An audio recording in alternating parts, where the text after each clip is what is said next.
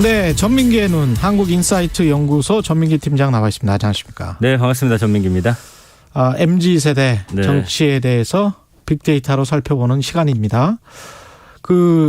아까도 뭐 박지원 비대위원장이랑 이야기를 했었는데 네. 선거 공동 비대위원장 정치와 관련해서 청년 세대 뭐 어떻습니까? MZ세대의 생각은? 일단 최근에 뭐 대선 때도 그렇고요. MZ 세대가 가장 정치 쪽에서 좀 많이 그렇죠. 주목받는 세대가 네. 돼버렸어요. 그 디지털화에 크게 연결이 돼 있는 그런 세대고, 과거보다 좀 빠르게 진행되는 사회적 변화, 그다음에 코로나19 팬데믹 상황에서 사실은 또 다양한 갈등 현상 속에도 주인공이거든요. 그래서 전체 국민의 약 26%가 MZ 세대입니다. 그러니까 1980년대 초반에서 2000년대 초반 세대죠. 네. 그래서 이분들에 대한 어떤 정확한 이해 그리고 문제 해결이 대한민국의 좀 미래를 좀 안정적으로 그릴 수 있는 방법이다, 이런 주장 나오면서, 그러니까 정치적으로 이용하고 활용하는 거 말고 실제 이들의 정치 성향이라든지 이런 것들은 어떤지를 좀 연구한 데이터가 있어서 제가 좀 예. 준비를 해봤습니다. 예. 이게 한국행정연구원이 네, 8,000명을 대상으로 실시한 거네요. 맞습니다. 그러니까 그랬잖아요. 이제 대선 때 MZ 세대 젊은 층이 보수화되고 있다, 뭐 등등 뭐 이런 기사도 봤고요. 예. 근데 이제 물어봤어요, 실제로.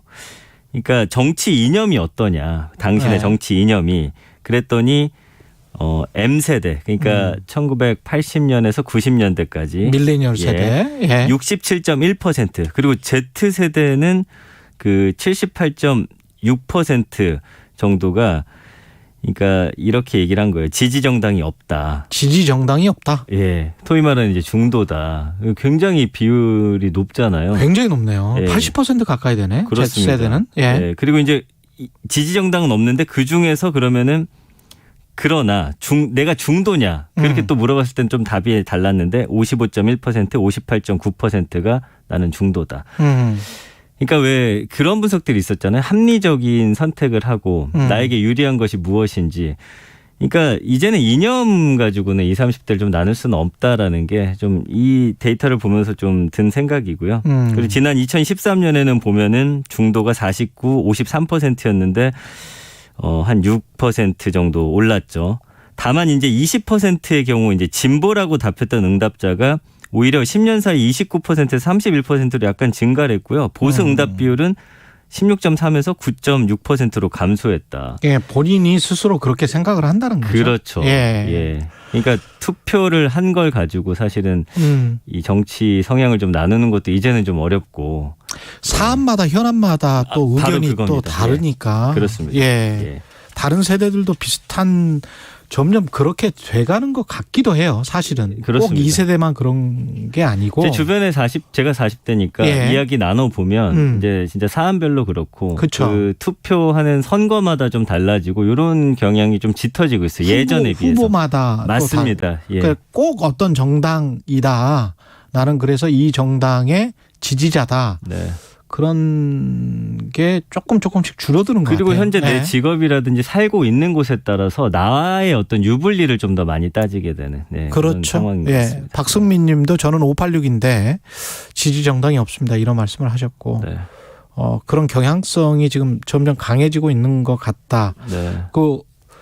MZ 세대의 어떤 포용성 수준은 어느 정도인가요? 그러면 다른 사람들의 의견을 뭐 어느 정도 받아들인다? 네. 예. 그게 포용성인가요? 그렇죠. 그러니까 이 타 집단에 대한 MZ 세대의 포용성 수준, 기성 세대와 크게 다르지 않았어요. 그러니까 나와 정치적 이견이 다른 사람에 대한 감정 온도 0도에서 100도인데 MZ 세대가 58.3도, 기성 세대 57.8도 이렇게 나왔거든요. 예. 그러니까 성별이 다른 사람에 대한 감정 온도라는 게 한 뭐 반으로 낳고 봤을 때 그 이하면 사실은 포용하지 못한다라고 봐야 될 텐데 예. 기성세대랑 크게 다르지 않다. 그러니까 젊은 세대들 포용을 한다? 그렇죠. 예. 예.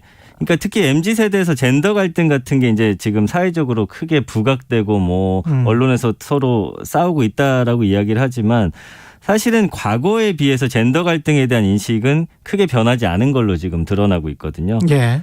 그러니까 이 MZ세대 특별히 다른 특성을 갖고 있다기보다는 그냥 20, 30대로서 다른 세대에서도 나타난 특성을 그냥 갖고 있는 건데 그걸 좀 부각해서 우리가 그동안 좀 보여주지 않았나라는 좀 생각도 드네요. 그러니까 한 60도 정도 되는데 네. MZ세대도 그렇고 기성세대도 네. 그렇고 근데 다른 어떤 한 40도 밑에 있는 네. 예, 경직돼 있는 모습을 오히려 바로 그겁니다. 예, 언론이 부각해서 보여준 게 아니냐. 그럴 수도 있겠고요. 네. 청년 세대와 정치에 대한 분석, 빅데이터로 한번 보면 어떻습니까? 연관어 보면 이제 최근에 이제 뭐 박지원 어떻게 불러야 될까요? 비대위원장 예. 이야기에 좀 목소리 많이 좀 기울이는 것 같고요. 그 다음에 삶이라는 단어, 정책이라는 단어, 공약 이런 단어들이 경제 좀 부각이 되고 있어요.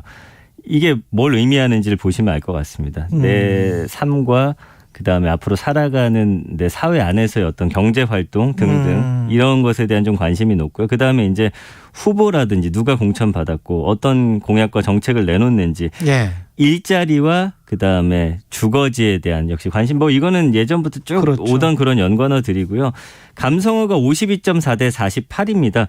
흥미로웠던 건 청년들이 정치에 대해서 그래도 희망을 보고 있다. 크게 좀 관심이 그런 키워드로 등장을 합니다. 그래서 관심을 갖고 좀 적극적으로 하면은 우리 사회도 좀 희망이 있지 않나라고 보시는 게 한 52% 정도 되는 것 같고요. 예. 그다음에 불평등하다, 정치 혐오, 짜증난다, 너무 뒤틀려 있다, 뭐 차별 이런 단어들, 갈등 한 48% 나오고 있거든요. 예. 예, 이런 거 좀 해결하기 위해서 좀 노력해야 될 것 같습니다. 정치가 경제고 경제가 정치죠, 뭐. 맞습니다. 예. 예. 경제가 경세 재민이니까요. 네. 예. 정치를 사실 사람들 잘 먹고 잘 살게 하기 위해서 정치하는 거니까. 네. 그 이번 지방선거에서는 그러면은 청년들 정치 참여가 좀 있습니까? 그 6일 지방선거에 출마한 기초의원 후보자 가운데 2030 세대가 여야 통틀어서 10.5%밖에 안 되더라고요. 그러니까 지난 대선에서 이제 여전히. 여야 청년 정치 참여 확대를 경쟁적으로 약속했는데 좀 그렇지 않은 것 같고요. 한국일보가 이걸 분석했습니다. 예. 지방선거 후보자들 연령을 분석했더니 전국 지역 비례 기초의원 후보 5,125명 중 18세에서 39세는 539명에 불과했다. 아까 말씀드린 대로 비율로는 10.5%. 전체 인구 대비해서 18에서 39세 비율의 3분의 1 수준이다.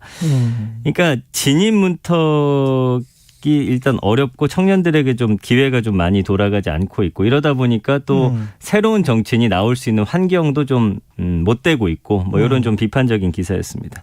시스템적으로도 정치 시스템도 그렇지만 교육도 생각을 해보면 네.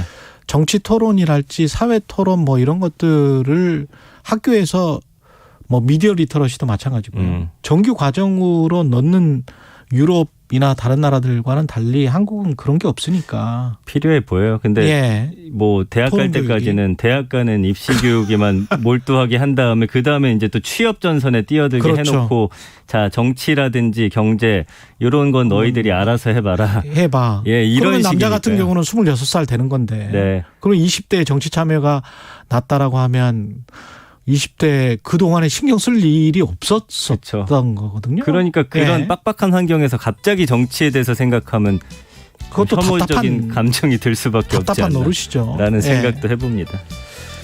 전민기의 눈이었습니다. 고맙습니다. 감사합니다. 예, KBS 1라디오 최경영의 최강시사 2부는 여기까지고요.